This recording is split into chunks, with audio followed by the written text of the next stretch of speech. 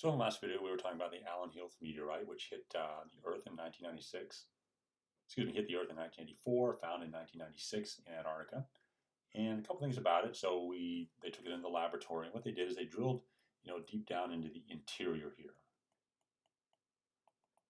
So when you do these meteorite analysis here, apparently you want to avoid sort of the outer layers here because those could obviously be contaminated with, not contaminated, but influenced by things that encountered on Earth here, like maybe rolling around in the snow or whatever from the atmosphere, whatever the case may be. But so if you go into the interior of it, what they found is, as we discussed last time, is gases.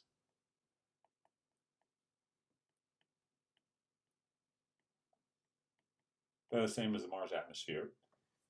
And they also found inside sort of cracks of orange tinted carbonate. And I don't know a heck of a lot about chemistry, but carbon is sort of this carbon oxygen here with a -2 charge on it. And it's part of the salt of carbonic acid, and we encounter carbonic acid when we discuss what happens when carbon dioxide dissolves in water, and so that's sort of part of the story here. But apparently, these carbon ions can only form when liquid water is around.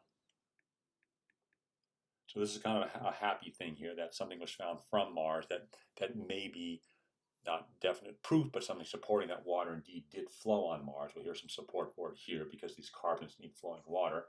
That's not all.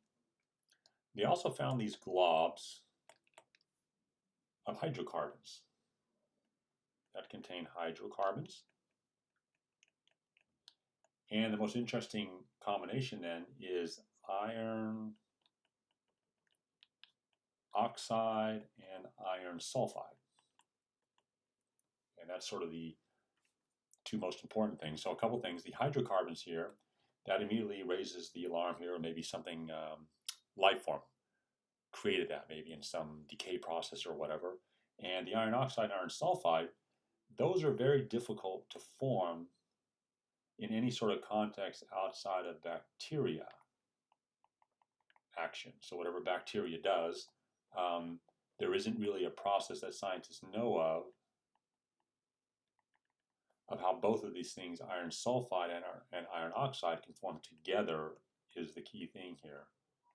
How they can form together other than by some bacterial process. So that's kind of interesting. Hydrocarbons, building blocks of life, iron oxide and iron sulfide found together, which are normally only reserved for bacteria action, in this meteorite that came from Mars. It has the same trace gases with the same composition of Mars's atmosphere, has the carbonates, which are evidence that water used to flow. And then, so you just take that, and then the most exciting thing about this one here was this. This fossilized structure was found inside that meteorite as well. And so you sort of think of it like a worm-like structure. And this was like, well, okay, this is really interesting now because that looks like some sort of fossilized bacteria. Maybe it is, perhaps. Fossilized bacteria.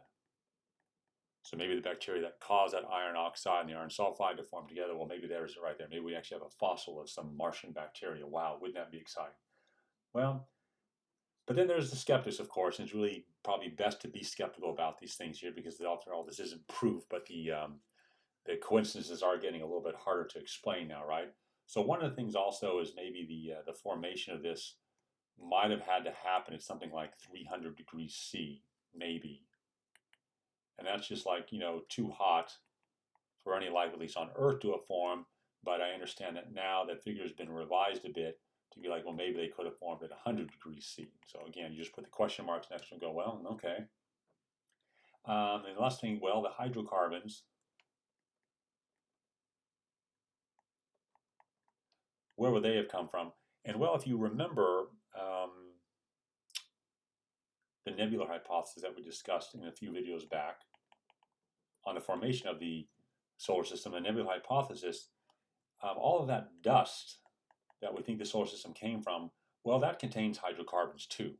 So finding hydrocarbons in something that likely was formed from that dust, it isn't really convincing that it must have been some life form that it was associated with. The other issue with this structure here is it's only 10 nanometers sort of in width here. So this width here is something like 10 nanometers, and that's just too small for bacteria on Earth here, although there is a new field or a branching field that sort of studies nanobacteria, and nano, of course, referring to the size, nanometer, something like that. So again, another sort of puzzling, inconclusive bit there, but there are two sides to the story. And the most compelling part about this find here in this meteorite is, again, what I mentioned here, this aspect here, that it has this iron oxide and this iron sulfide found together.